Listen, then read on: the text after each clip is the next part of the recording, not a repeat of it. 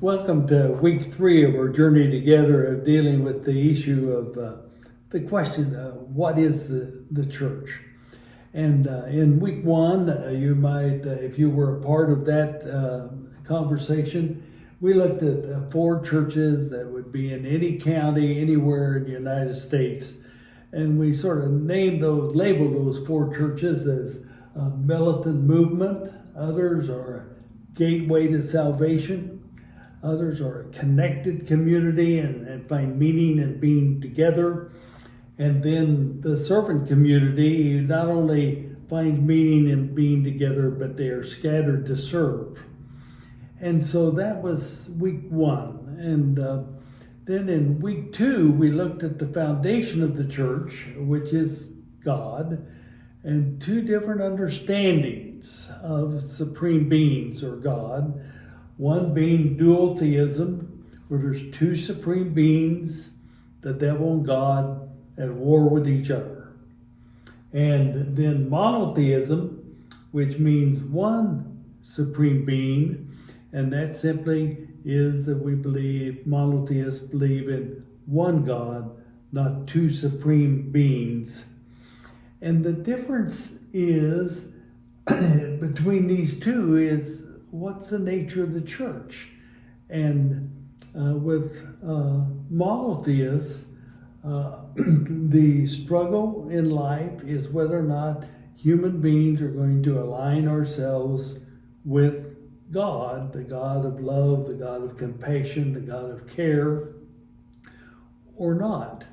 And human beings have the freedom to choose whether or not they're going to align themselves with God or not. Now, evil comes into play, interestingly enough, with dual theists that believe evil is front and center. I mean, you always know that evil is a factor. And this, interestingly enough, was such an issue that monotheists sort of pulled away. And churches that had the dominance of the monotheistic understanding, they pulled away from evil and didn't talk about it very much in sermons or in teaching. As a matter of fact, so much so that a leading psychiatrist in the country, Carl Menninger, that started the Menninger Clinic in Topeka, wrote a book about that subject. And his title of his book was Whatever Became of Sin, trying to surface the reality of evil in the world. Well, that's what we're going to deal with today, the reality of evil. And it's a simple definition. Evil is that which is harmful or injurious. That's what evil is about. And so the question is, what is the response of the church to evil in the world? And to get into this issue, I'm going to share a story. It's a true story. I received a call one evening and found out that one of our Indian pastors in Oklahoma, in southeast Oklahoma, had been involved in a very serious car accident. He was on his way to the hospital. And so they were in touch with me by phone. And of course, at that local hospital, they did the x-ray, the examination treatment. And luckily, he was not critically injured with the accident, but an x-ray revealed that he had a brain tumor that he wasn't aware of at all, and that really affected him. But they said he's got to get to a neurosurgeon as quickly as possible. And so he was not in any shape after the accident to be transported to Oklahoma City, but the family made arrangements for him to come to Oklahoma City, where Karen and I happen to live. And so I met him at the hospital, and they confirmed the tests, did new tests confirmed, and a neurosurgeon came in, a very incredible human being. and he had a very serious and somber look on his face. And so I knew the story was not going to be good. But the story was unexpected. He said, this person needs surgery immediately. It's a fast-growing tumor. Days will make a difference. But he said, I can't do the surgery. So as the surgeon said he couldn't do it, I sort of thought that was going to mean it's past the point of surgery being able to be of any help. And he said, no, that's not the problem. The problem is he's an Indian, and I cannot do the surgery. I'm prohibited from doing the surgery unless I have a referral to do the surgery from his Indian tribal hospital. Well, where was this tribal hospital? Fort Smith, Arkansas. That's probably a 3-hour trip, maybe 4 from Oklahoma City. So arrangements were made, and this poor guy wasn't in any shape to travel. He had had a serious car accident just 24 hours before all this happened. But into the car, well, they had to borrow a car, a van, so he could be in a position of comfort to make that distant travel.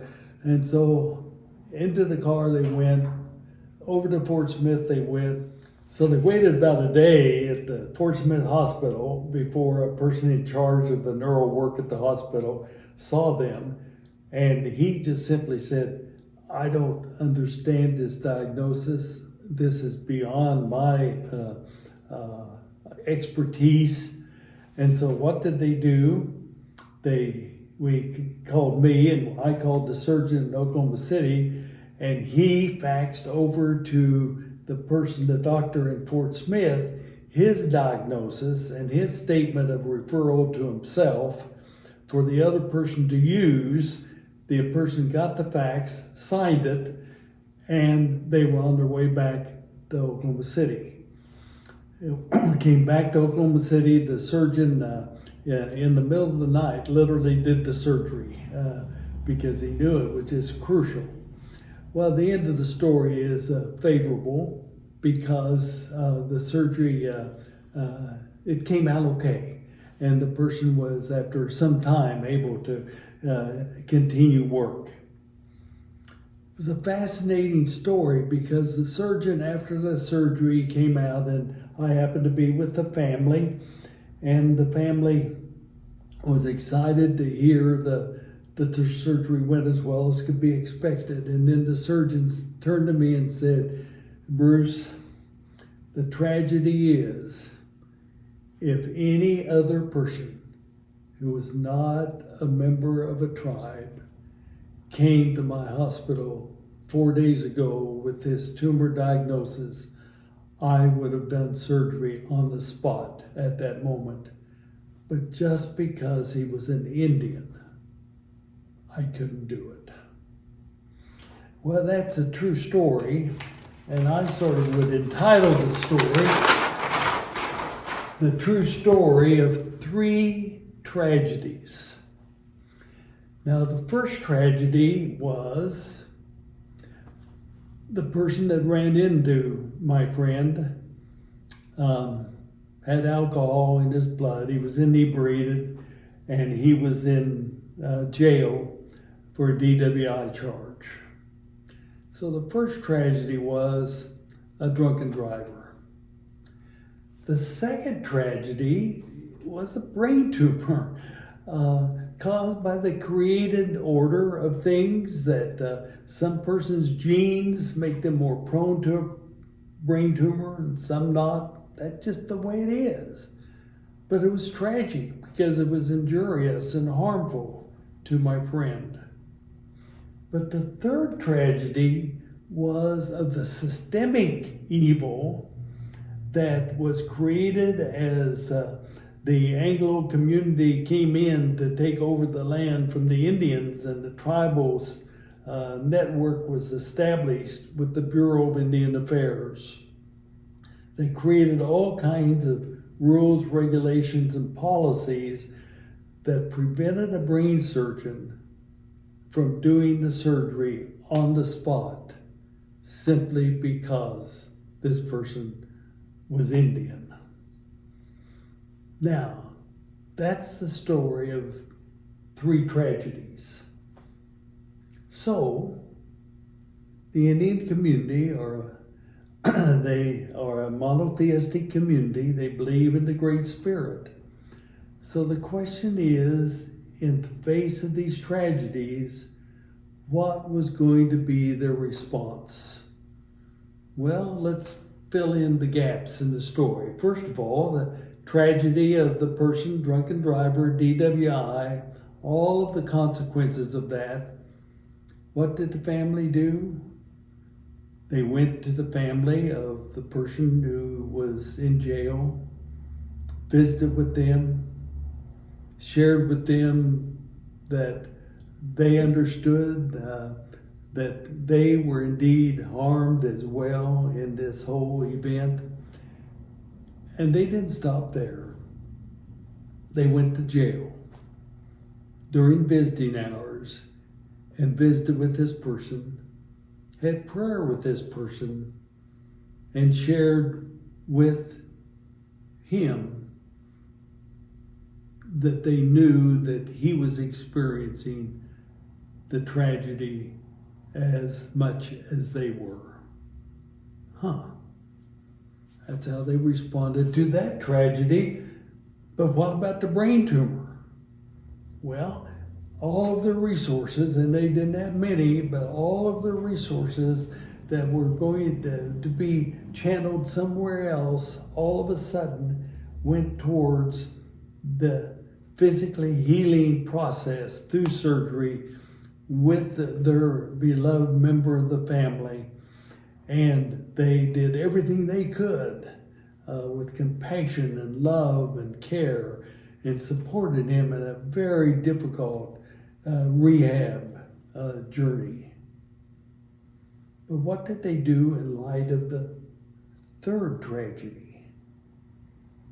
They were just devastated at what had happened to them. And so they were willing to tell their story. Local TV station picked it up.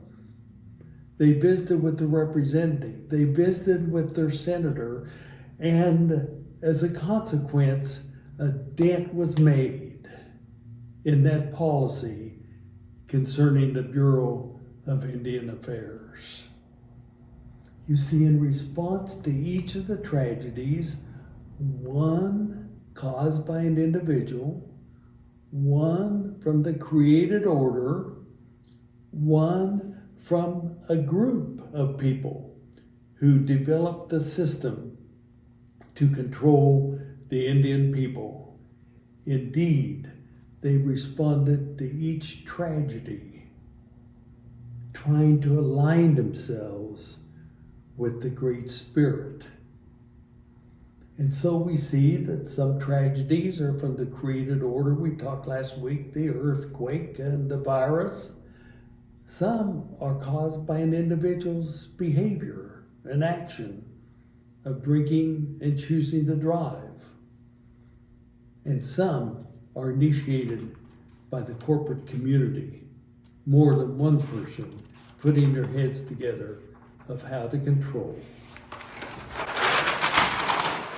So the response of the church to evil in the world that is expressed through tragedies is twofold. First of all, as individuals, we have the freedom and the responsibility to express our attitudes and our actions in love rather than hate, in care rather than apathy, and all apathy means is I don't care, and compassion rather than doing more harm. There's a person in my history and in the history of several of us that was a very powerful influence in ministry and in the church globally, and certainly in the United States. His name was Dietrich Bonhoeffer. Dietrich Bonhoeffer was a young theologian in his 30s. Any theological school in the world would have cherished getting Dietrich Bonhoeffer on the staff. And he was in New York City teaching in the seminary, a very good life, a good salary, and no harm was going to come to him, but he was a native of Germany. And the Holocaust was occurring in Germany. And Dietrich Bonhoeffer decided to go home. And he went home. And for several years, 3 years to be exact, he tried to align himself with the God of love, the God of compassion, the God of care. Tragic story, because Dietrich Bonhoeffer died in a gas chamber. But here was a person who, as an individual, he had the freedom to stay in New York City, but he felt the responsibility to confront the evils of the Holocaust and went home and did that. And in his writings, the most significant writing he gave the church, which is still read today, The Cost of Discipleship. But here was an individual's response to the Holocaust, a tragedy in the world. And as an individual, he chose to align himself with the God of compassion, love, and care. But the church is not just individuals acting on their own. The church is also a community, and the church has the same choice to make. Whether or not the church as a body, as a group, will align themselves with love, not hate, care, not apathy, compassion, not harm. And the book that Karen and I cherish, we've given it to a lot of people, is entitled Amish Grace. It's a story of the Amish community in Pennsylvania, and they had a school in that rural community, and a neighbor entered that school one afternoon and killed many of the students in that classroom. The story was written by an outsider, a reporter who came to cover the story and got caught up in Amish grace. Because what did that community do? What did that church do? First of all, they surrounded the spouse of the killer with love. They incorporated her into their community out of compassion for what she was going through. Indeed, they demolished the school building, believing that would only be a symbol of the evil that had taken place, and they wanted to remove that from the landscape of their lives. Indeed, not only an individual, but also the church's community. They have the responsibility. We have the responsibility as the church to make the same choice. Are we going to align ourselves with the God of compassion, love, and care? Or are we going to align ourselves with hate, which is less than love, apathy, I don't care, or doing more harm rather than good? So as we look at the church confronting evil in the world, I've shared that story of the Indian community with you. It's really fascinating because Karen and I cherish our 8 years living and working with the Indian community. And Karen has said oftentimes the greatest gift that we've received from the church was our privilege of living and working in the Indian community and learning sort of what made them who they are, which is that incredible story. But as you think of how the church responds to evil in the world that I've sort of shared through that story and the other illustrations I've used. What are some questions that you might think about and reflect on? And we might Sunday morning sort of get into these or other questions and thoughts you have. But in the context of the virus pandemic, what stories have you witnessed that have expressed love and care and compassion? But on the other hand, what stories have you witnessed that have expressed hate and apathy and harm? Remembering we have the choice in confronting tragedy and evil in the world of one or the other. But again, in the context of the virus pandemic, what is the response of the church to the truth that some groups, for instance, the Navajo tribe that's been on the news these last 10 days, that some groups are suffering the ravages of the virus more than other groups? What's the response of the church? How do we align ourselves with the God of love and compassion and care when we hear that news? And the last question, monotheists believe in a God of love, care, and compassion. In your journey of faith, when have you experienced the church aligning itself with God or refusing to do so? My hunch is the answer to that question will get you in touch with why you're a participant and involved in the church today. Thank you for listening.